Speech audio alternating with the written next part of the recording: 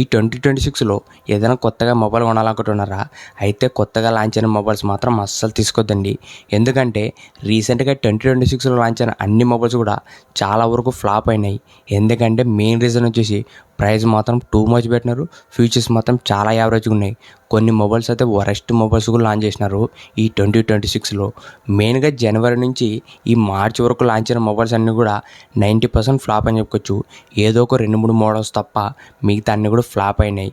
దీనికి main reasons వచ్చేసి companies చెప్తున్నది వచ్చేసి ర్యామ్ కానీ, స్టోరేజ్, దాంతోపాటు ప్రాసెసర్ ప్రైస్ పెరిగినాయి, కొన్ని షార్టేజ్ ఉన్నాయి. ఇవన్నీ మెయిన్ రీజన్స్ అని చెప్పుకోవచ్చు ఈ మొబైల్ కాస్ట్ పెరగడానికి.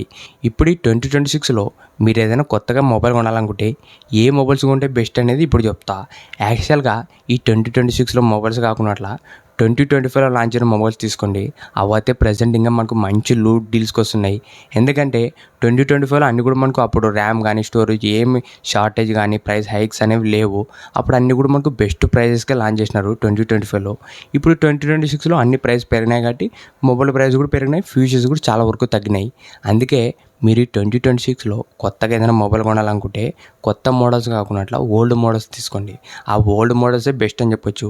కొంతమంది అనొచ్చు, బ్రో కొత్త మొబైల్స్లో మనకు లేటెస్ట్ సాఫ్ట్వేర్ కానీ, ఇంకా లేటెస్ట్ ప్రాసెసర్స్, పవర్ఫుల్ ఫీచర్స్ ఉంటాయి అనుకుంటారు. యాక్చువల్గా ఇదంతా రివర్స్ అయింది. 2025లో లాంచ్ అయిన మొబైల్స్లోనే మంచి ప్రాసెసర్ కానీ, కెమెరా సెన్సర్స్, డిస్ప్లేస్ అన్నీ కూడా బెస్ట్ ఫీచర్స్ అనేవి ఉన్నాయి. రీసెంట్గా లాంచ్ అయిన మొబైల్స్ మీరు చెక్ చేసుకుంటే చాలా వరకు కాంప్రమైజ్ అయినారు. ఏదైనా డిస్ప్లేలో కానీ, పర్ఫార్మెన్స్లో కానీ చాలా వరకు ఫీచర్స్ అనేది చాలా యావరేజ్గా ఉన్నాయి రీసెంట్గా లాంచ్ అయిన మొబైల్స్లోన. సో 2026 మొబైల్స్ కాకుండా 2025 మొబైల్స్ అనేది బెస్ట్ ఆప్షన్ అని చెప్పొచ్చు మీరు ఏదైనా కొత్తగా మొబైల్ కొనాలనుకుంటే.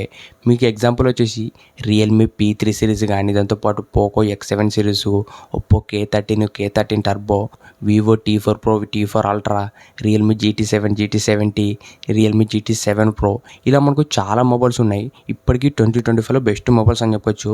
అవి మనకు ప్రైస్ అనేది చేంజ్ అవుతున్నాయి. ఒక్కోసారి మనకు 5,000 రూపాయలు కార్డ్ ఆఫర్ ఇస్తున్నారు, దాంతోపాటు కూపన్ ఆఫరు. ఇలా మనకు 2025 లాంచ్ అయిన మొబైల్స్ మంచి డిస్కౌంట్స్ అనేవి ఉన్నాయి. కొన్ని మొబైల్స్ అయితే డైరెక్ట్గా ప్రైస్ కట్టే ఫిక్స్డ్ రేట్కే ఉన్నాయి. అవి కూడా చాలా మంచి మొబైల్స్. సో మనకి 2026లో మొబైల్ తీసుకోవడం కన్నా 2025లో లాంచ్ అయిన మొబైల్ తీసుకోవడం చాలా బెస్ట్ ఆప్షన్ అని చెప్పొచ్చు.